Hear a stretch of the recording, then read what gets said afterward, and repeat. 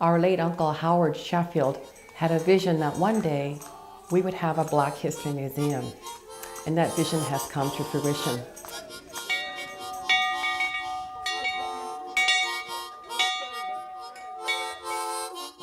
A lot of our people were here prior to the Underground Railroad's Black Loyalists. They had land, but people coming in from the Underground Railroad are also linked to our roots. The reason for tying in Howard Sheffield and our family with the Oro-Medonte site is that our names were Thomas and Montgomery. They came out of Virginia area. And a lot of the people settled in the Oro-Medonte area, built the church which exists there now. And many moved this way to Collingwood and the local area here for work and other reasons. But we tie in as ancestors to there's a large monument there with our names on the stone at the African Methodist Church. At our site here in Clarksburg, we opened a heritage walk. We thought it would be important to start with our monuments with the names of pioneers etched on those stones. Our stones are about 80 ton, and we thought they'll be here forever. Walking along the heritage walk, one would enjoy the shipbuilding, but the shipping played a major role in the lives of Black men and women here. They could go sailing when they could not get other jobs in the main street and stores because of their skin color. So the Great Lakes, we also tribute they'd send funds and money back to the communities, particularly Collingwood and Owen Sound, and that money would keep the churches going, the dinners they would have.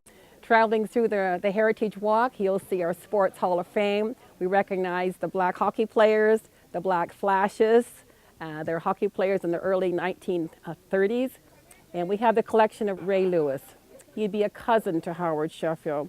And Ray's trophies include the Olympics, 1930s Olympics that he took part in. Uncle Howard Sheffield was one of the best hockey players around. He could fly on the ice. He made a difference. He was a gentleman, and that's how we lived his life. We had a judge from Barrie took an interest in Mr. Carnegie, visited our museum, and got an autographed book, his authored book, A Fly in a Pail of Milk.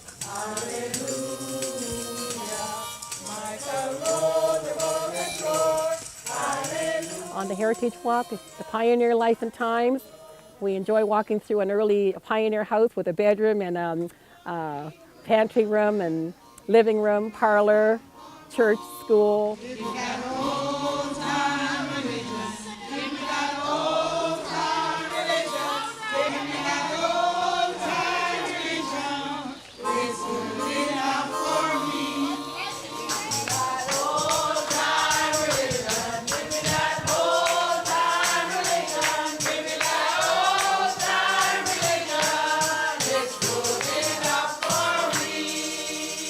It's my duty now to ask God's blessing upon you, upon them, upon all those who have gone before, and all those children that are becoming to take the place that we are in now. Someone's praying, Lord, someone's praying, Lord,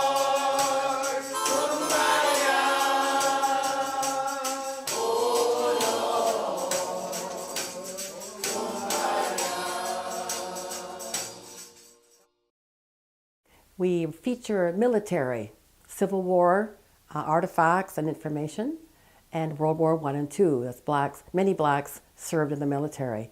Behind me is a photo of Anderson Bruffett Abbott, Canada's first black doctor, and first appointed black coroner. And we're recognizing a lot of our men who served in World War I and World War II.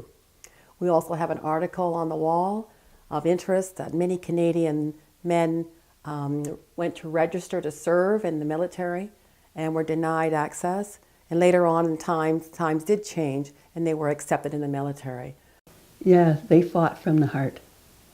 They fought from the heart, yes. And I'm very proud to be, with them, or my heart is with them because they fought so that we can carry on. It's lovely. Many years ago, around 1820, blacks were assigned to this area as a reward for fighting with the British against the Americans in the War of 1812. And the British paid off soldiers and military people after the war was over with land And when it came to the blacks, there was a question asked, what do we do with the blacks? And the quick response was, they're like any other citizen. We'll give them land on an equal basis as we would give whites, no question. And as a result of that, soldiers who fought for the British were allowed a land if they wanted to take it, up in Oro.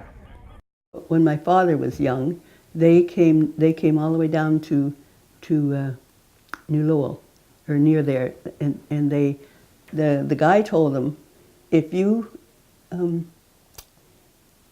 take this land, they gave them the land, supposed to give them land because some of them fought, and they gave them the land, and he says, if you do it, build it up, he says, it's yours. But they couldn't do it because they didn't give them they wouldn't sell them anything to do it with. So they worked for the other people, and so they didn't have any land. So a lot of them had to, so that's how come they came to Owen Sound and Collingwood, and some of them was the other side of Barrie, and that's how it happened. So the blacks, once they settled here, built with their very bare hands almost, this church with an axe, felling the trees and building a log church.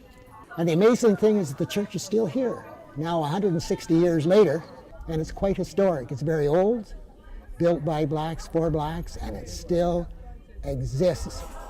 And of course the church rung with wonderful praise and song.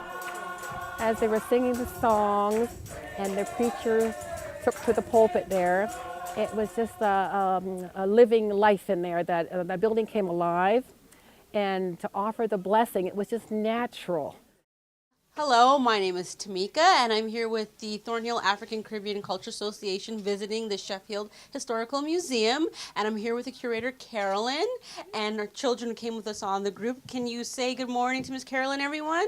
Good morning, Miss Carolyn. Good morning, children. It's so nice to have you here at Sheffield Park. Welcome to our little school. Well, thank you for having us, and Carolyn, you're going to explain to us and the children in this little room that we're in, and all the relevance of all the books and the pictures around us. A few things here. The little desks you're sitting are a very important part of our times in school. This particular desk here was from an all-black school near Windsor, Ontario. It has its own little story. It talks about how things changed, and all of our boys and girls could all go to school. On the back here are some pictures, and just as you're sitting in these little desks, that's very good. Yeah. There are people sitting in the desk here, and some of them are our ancestors. So this little school says history, it says freedom, that you have the right to study and learn. So glad to have you here today, and welcome to our Underground Railroad tour at Sheffield Park. Well, thank you, Miss Carolyn. Can we all say thank you to Miss Carolyn? Thank you, Miss Carolyn. Thank you, boys and girls.